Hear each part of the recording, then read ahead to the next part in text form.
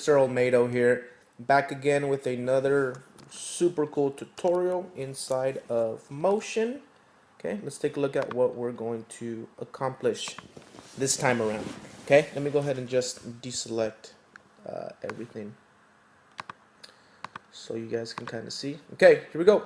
So it's just a 3D wall. Okay, looks pretty cool. We have some floating text, nice little ambient feel, a little darker, little more mysterious kind of feel, and just that hovering text. Okay, overall looks really dynamic, really cool, and I think you guys are really gonna enjoy this one. Okay, so let's take a look at how we accomplish this. Okay, first and foremost, I grabbed this from a company called Pixel Core, so kudos to them for putting this out there. They have an incredible amount of resources on their website. So in your spare time, if you really want to take your Final Cut Studio or just your editing skills to the next level, okay, highly recommend it. Okay, super cool stuff from these guys.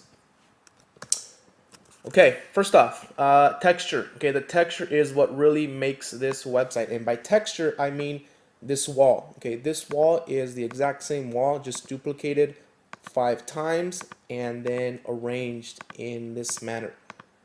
Once you understand the super advanced tool set inside of Motion and how you can work with its 3D layers, you'll get fancy art elements just like this. Okay, so let's look at where we got that texture from and how you can get some textures like similar to that in the future. Okay, cgtextures.com. Okay, bookmark that, write it down, keep that in your arsenal, particularly if you're going to be going into digital media. Okay, this is an amazing website with amazing textures, and you can see here on the left that it has just an insane amount of textures you can look through. Okay, plaster, plastics, roads, I mean, you name it, they have it. Okay, super cool. A lot of them are free. Okay, this stuff looks really cool inside of Motion, particularly when you blend it. Okay, using your blending modes, the multiply, the difference, and all that. So we're actually going to use some of those blending modes in this tutorial. I simply went over to Brick. I'm not sure where I grabbed the one that I did, but I grabbed it in here somewhere. And I just found one that I thought was pretty cool. Okay, it was kind of grungy, felt kind of, you know, a little more modern, and looked cool. Okay, so I just grabbed it, I downloaded it. The one thing I do say about this website is they do have a lot of cool tutorials, but they are a membership website. So they do have, for one, they have free accounts, but two is, oh, I'm logged in right now. Let me go ahead and log out so I can see what you guys are going to be seeing. Okay, there's a free account. Okay, there you go. You're able to download 15 megabytes a week. Okay, and if you continue to build your library, okay, that should be plenty. If you want to download super high resolution files and you want to continually download them throughout the week, then you're going to have to pay some of these membership fees. Okay, that's up to you if you want to do that. If you're going to go into 3D, if you're going to be using advanced 3D applications program like Maya, like 3D Studio Max, like Blender, okay, this is probably something that you're going to want to get. Okay, amazing resource. At any rate, so I went on here, grabbed the texture, and this is what it looks like. Okay, this guy right here. Okay, Brick Large Dirty 0007 1M. Okay, looks cool. Now, what you're going to want to do is, this is going to be in your training folder.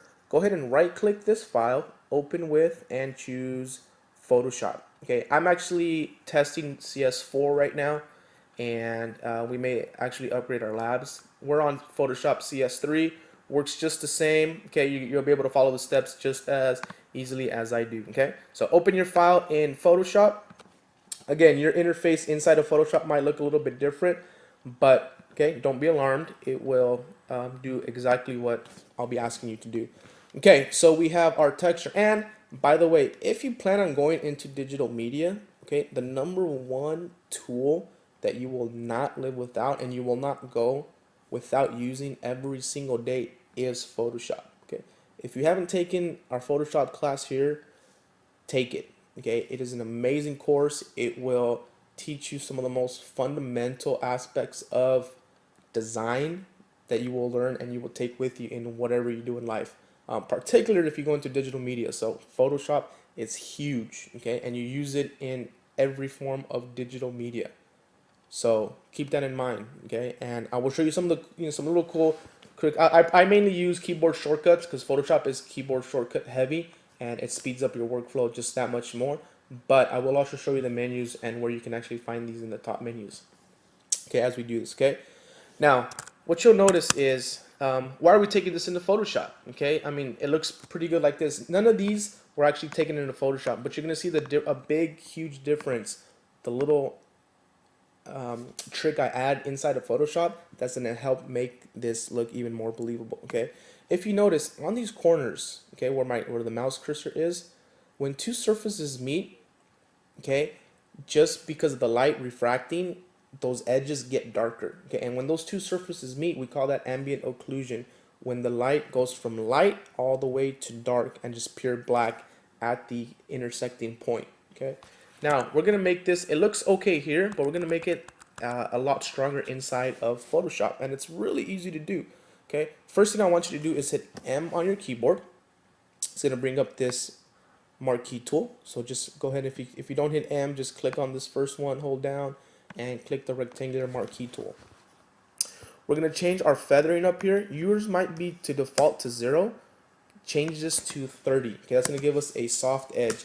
Instead of me creating let me just show you quickly. Instead of me creating if I'm at 0 and I create a box and I fill in that box, okay, that's going to leave me with very, very sharp edges, okay? That's not what we want. We want all the surrounding edges to be softened, and we do that with our filter, okay? So let me bring up my window history here, and let me go back to 1, okay, where you're at. And I'm going to change this to 30 pixels. I'm going to drag up at the top left corner. Okay, I don't want to be outside of the line either. Okay, I just want to be here at this little corner here, maybe, half an inch inside the corner. I'm going to drag all the way from that top left to the exact same point on the bottom right. Okay, now you'll notice that my actual selection now is not sharp, it's rounded at these edges, and you'll see it's going to give us a nice little fall off from the black. So go ahead and we need to invert the section, because look what happens now. If I hit Option and delete, the delete key, it fills in the middle. That's not what I want. I want exactly the opposite of that, okay? And how we can do that is simple. Let me undo this. I'm going to, instead of having this selection here, the selection looks good, it just needs to be inverted. So 2 ways to do that. One is up that select menu and inverse, or if you notice the little keyboard shortcut, it's Shift Command I. So that's what I'm going to do. Shift Command I. Okay, and now you'll notice that it actually selecting this outer region. Okay, now if we hit Option Delete, okay, it adds our little vignette around it. We get our ambient occlusion, looks great. Okay, I'm gonna hit Command D just to deselect everything, and that looks absolutely beautiful. Okay, now you can go ahead and just save this.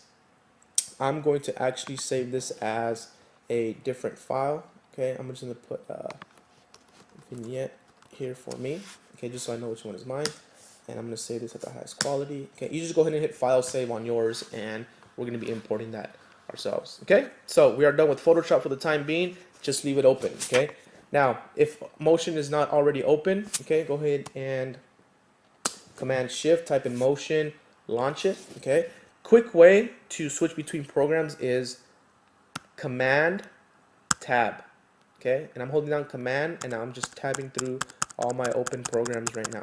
Okay, so I can go between Motion and Photoshop just like that. Okay, there's no need for you to be minimizing this stuff. Okay, there's really no need for any of that. That just wastes time. Okay, Command Tab. Okay, get you through this. Okay, inside of Motion, okay, we're gonna go up to File. We're gonna create a brand new 720p sequence. Okay, we're gonna hit OK, and it's looking good. Let me go ahead and just hit Command 4, Command 7 to bring up what I need. I'm gonna go ahead and fit this to window. Okay, again, I want a smaller resolution than you are, so don't worry about these little changes that I'm making. But the command 4, command 7 you can bring up. And it's a good habit to always be fitting this to window so you can see your entire viewer on screen. You see the entire footage. Now, I'm going to go over to File Browser. Okay, you're going to navigate down here over to your Wall 03 folder, or whatever I named it for your training. Okay, wherever your file is at. You're going to grab this file. Okay, make sure you have the little vignette around this. Okay, and this is crucial. Do not drag and drop this over here. Okay, because why? Because it's not going to be perfectly centered. Okay, that's not what we want. What you want is to select it, and you're going to hit this import button up at the top.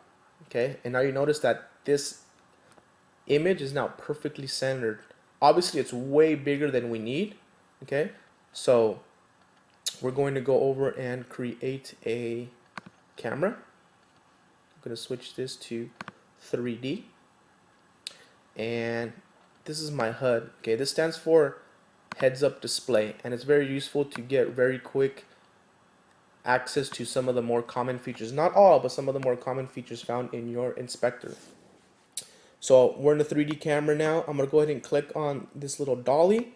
Okay, and I'm going to just dolly out a little bit. Okay, just like that. Okay, just so it's in frame. All right. Now, our image here is 1600 by 1000. So what I want to do is I want to select my image. Okay, I'm gonna need 5 total copies of this. So I'm gonna again select the image and hit Command D 4 times. 3, 4, 5. Okay, so that's my 4th one. So 1, 2, 3, 4, 5. Okay, so we have exactly 5 copies of this. Okay, perfect. Now I'm gonna select the first one. I'm gonna select the bottom one. Okay, so that selects all of these. We're going to go over to Inspector, and we're going to click on our, let me just close out the HUD for a second. We're going to go over to our transformation, and we're going to go over to our anchor point. Okay, and we're going to move this little anchor point, okay, because my image is exactly 1600 by 1000. Okay, this number right here, the second number, is our height. Okay, and our height, we need to cut that in exactly half.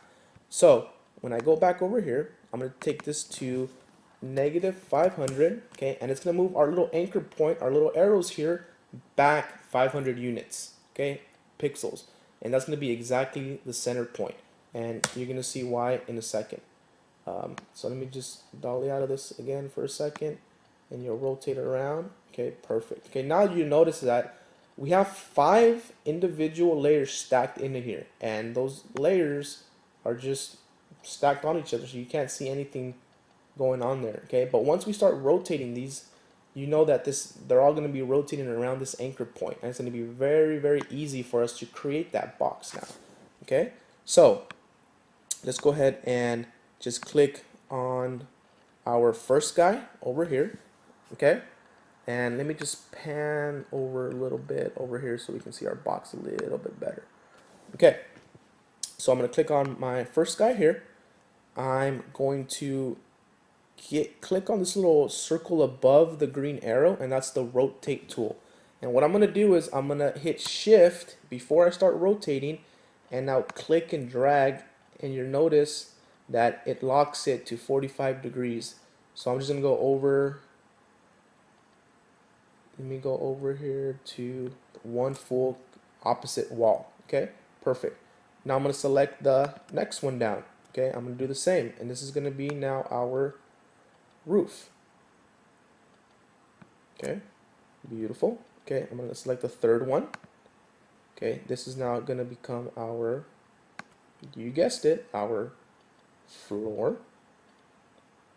Okay, and our fourth one, I'm going to grab the actual green rotation tool, and I'm going to push it over to the front. Okay, few problems though. Okay, and you're already noticing this, that I'm going to change my camera here to the top so we can see it from our top view. I'm going to just pan over here. Okay, and you'll notice that this wall is not perfectly aligned. Okay, which is fine. So I'm just gonna grab this yellow, make sure this blue arrow turns yellow. It's gonna lock it to the x-axis, and then you can push that back a little bit. Okay, just about there. Okay, let me zoom into this a little bit more so I can eyeball this a little better. Okay, so we're gonna go just about there. Okay, also other problem is you'll notice that it's way too long. Okay, so we're gonna go over to our position, and we're gonna lock this to the Z. No, sorry, the scale. The position we want to remain the scale. Our Z, we're just going to, I'm going to click and drag in this 100%, and let me make sure, okay, that's not what I want. Is it X? Okay, it's X. Okay, so you may, depending on how you imported the images, you may have to move one of either X or Z. So in my case, it's X. So just slide these over to see which one is actually moving your wall up and down. Okay, so just move it up and down about there. Okay, looks beautiful. I'm gonna go back over to my active camera. It's gonna zoom all the way back inside. Okay, and I'm going to just rotate around a little bit. Okay, I'm gonna actually zoom into this, pan it, and remember you have this entire window to fill, so you want to get the camera kind of inside. Okay, just like so. Okay, and we still have an issue here, so I'm gonna grab this little edge over here and I'm gonna push it this way. Okay, and I'm gonna grab this edge and I'm gonna push it this way. Okay, so now we have a good looking wall, and then this one might have to come in a little bit, just like so, and then this one might have to come in a little bit, just like so. Okay, don't worry if it's not perfect, because our light's gonna help close a lot of that gap in between those. Okay, so now I'm just gonna frame this up to a nice little spot inside. Okay, and this is our actual render, our full render. Okay, now you'll notice, okay, the wall doesn't seem too deep, okay, if at all. Okay, so cool little camera trick. Okay, we're gonna go ahead and select our camera. I'm gonna go over to my camera properties, and this angle of view, okay, those who have taken photography know that it's an amazing feature and element of photography. Okay, specifically photographic composition. But what you're gonna notice here is the wider I make my angle of view, the deeper this seems. Okay, so this is super close, okay, and super wide, and then we're just narrowing it out, okay, to there. So just find a happy little medium. I know that's trippy, but just find, I'm gonna say just about, and obviously it gets way too distorted and just goes off the page. But okay, this can also be keyframed, obviously. But so we're just going to, I'm gonna find a little spot about there. Looks good. Okay, let's do actually 110. We'll do 110 exactly. You can do whatever, whatever is to your liking. I'm not really concerned about that, but just make sure you're over 75 degrees. Okay, now I'm gonna go ahead and record. Okay, I'm gonna push dolly in just a little bit. Okay, so I set my first keyframe, and I'm gonna go all the way to the very end. Actually, not the very end. Let's do about 240. Okay, I'm gonna set this to 240. And I'm gonna dolly in, and I'm gonna dolly in all the way to about there, and I'm just gonna move this over a little bit, rotate this over just a little bit. Okay, and you notice because we are recording, we've set 2 keyframes, and now we have our really cool little dolly in.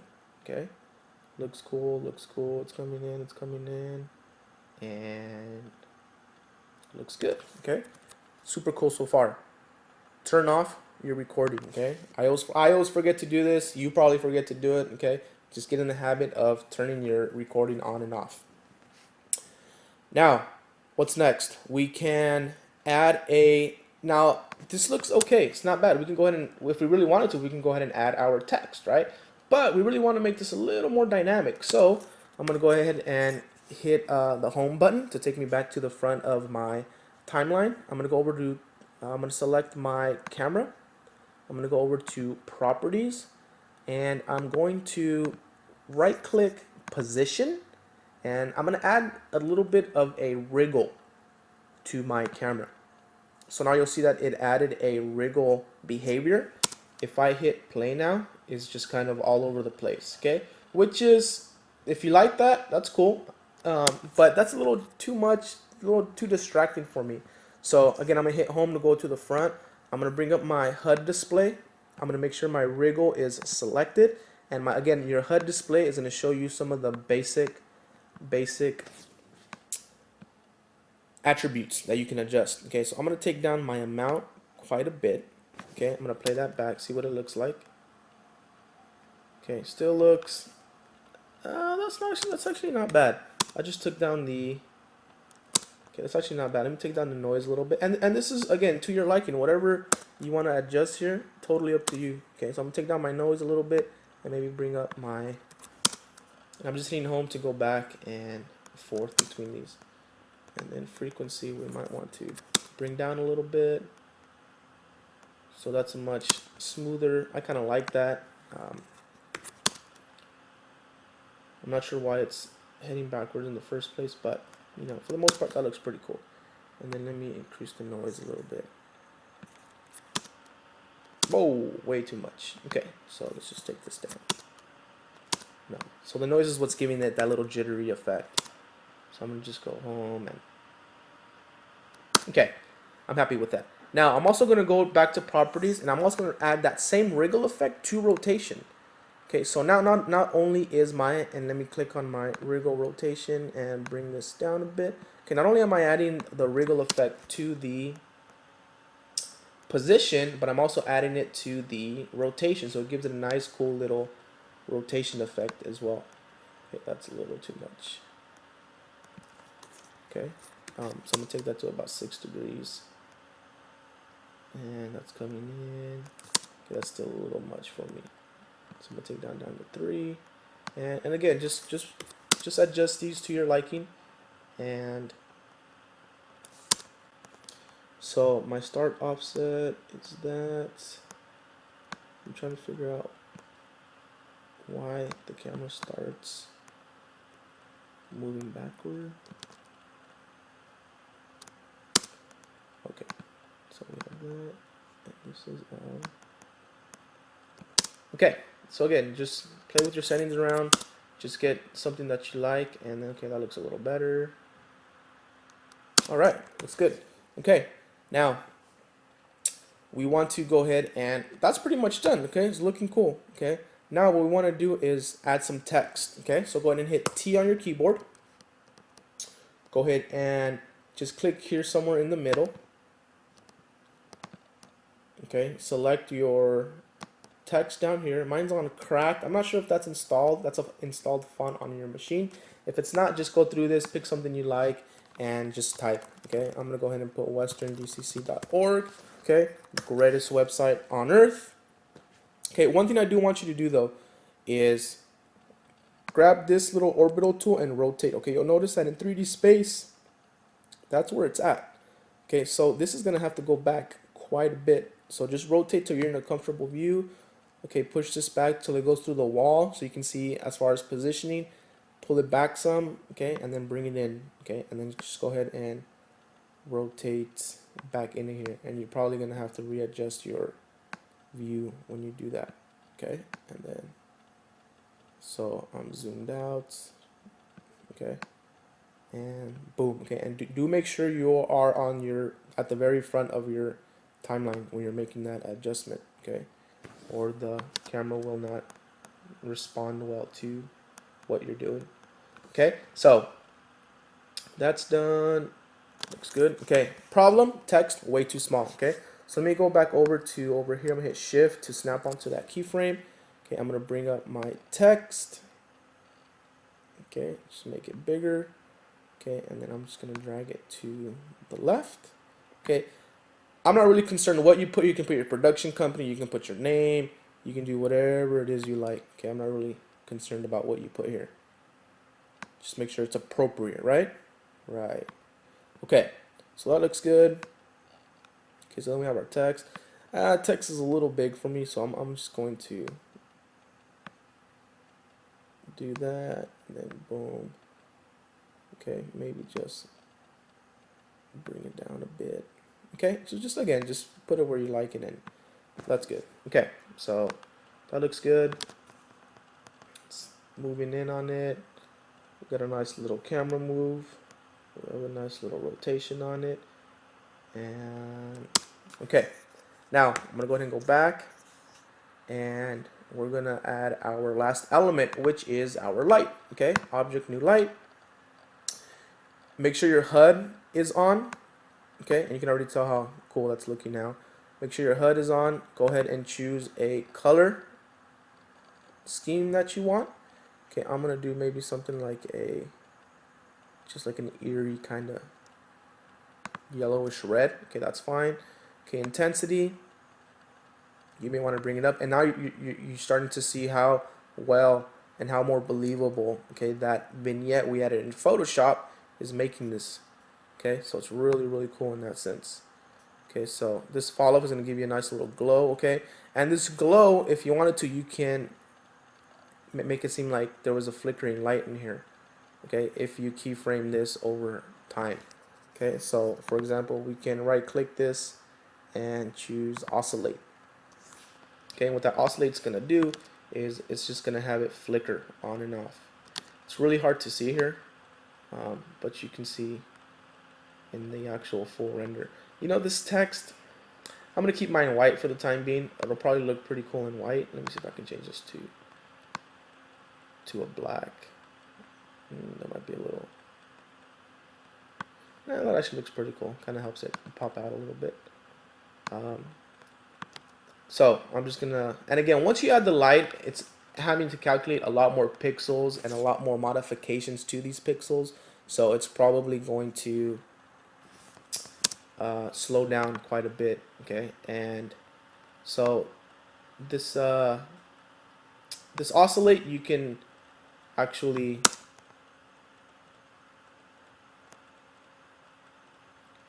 change the settings for here.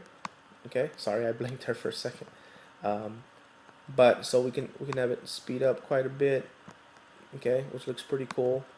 And this is not in real time, obviously, because again, having it, and that just might be a little too much. So I'm gonna take down the amplitude. I just want to have it like it's a flickering light coming on and off. Okay, on that oscillate. And so that's looking pretty cool. And again, you can sit here and play with this, but just kind of get it to your liking. And that's looking pretty cool. Okay, the actual black I'm not liking, so again, you just go in here, grab a color you like, and it's kind of bright, but actually looks pretty cool. Okay, I'm just gonna grab like a nice little, what if I do like a, yeah, that looks good. Okay, perfect.